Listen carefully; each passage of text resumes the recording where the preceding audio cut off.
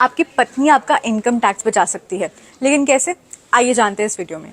एक टर्म होता है जिसे कहते हैं क्लबिंग रूल, जिसका मतलब है कि इनकम टैक्स एक्ट के सेक्शन 60 से 64 तक अगर आप अपनी पत्नी के अकाउंट में पैसा जमा करते हैं और उससे कोई इनकम होती है जैसे कि ब्याज, किराया, डिविडेंड, तो उस इनकम को आपकी कुल इनकम में जोड़ा जाता है और उस पर टैक्स लगता है। इसे कहा जाता है क्लबिंग रूल। अब ये रूल कहाँ लागू नहीं होता है, उसके 5 तरीके हैं जिससे आप पैसे बचा सकते हैं।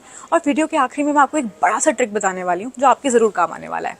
पहला तरीका ये है कि जिनकी शादी होने वाली है वो शादी के पहले अपनी होने वाली पत्नी के नाम पर कोई भी संपत्ति या गिफ्ट करेंगे तो वो क्लबिंग ऑफ इनकम के प्रावधान के तहत नहीं आएगा, यानी इस रूल के अंडर नहीं आएगा। दूसरा तरीका ये है कि अगर आप अपनी पत्नी के खर्चों के लिए पैसे देते हैं और वो उनसे बचत करती हैं तो उसे भी आपकी इनकम में नहीं ऐड किया जाएगा। तीसरा तरीका ये है कि आप हेल्थ इंश्योरेंस के जरिए भी टैक्स सेविंग कर सकते हैं। सेक्शन 80D के तहत आप परिवार के नाम पर हेल्थ इंश्योरेंस के प्रीमियम पर 25,000 रुपए तक बचा सकते हैं। चौथा तरीका ये है, आप अपनी पत्नी को गिफ्ट की बजाय पैसे लोन देकर भी टैक्स बचा सकते हैं। आप उन्हें कम ब्याज पर लोन दे सकते हैं। बस आपको ये करना होगा कि जितना भी है इंटरेस्ट लेने तक सब कुछ डॉक्यूमेंटेड रखना होगा। इससे आप दोनों की इनकम क्लब नहीं होगी और आपकी टैक्स लायबिलिटी भी घटेगी।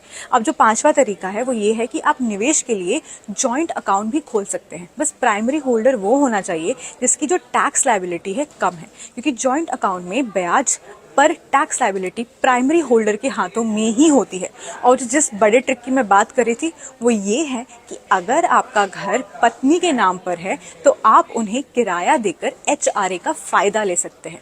इससे आपकी टैक्सेबल इनकम कम हो जाएगी और टैक्स छूट क्लेम कर पाएंगे। क्या आपको मालूम थी ये ट्रिक? हमें कमेंट सेक्शन में बताइए।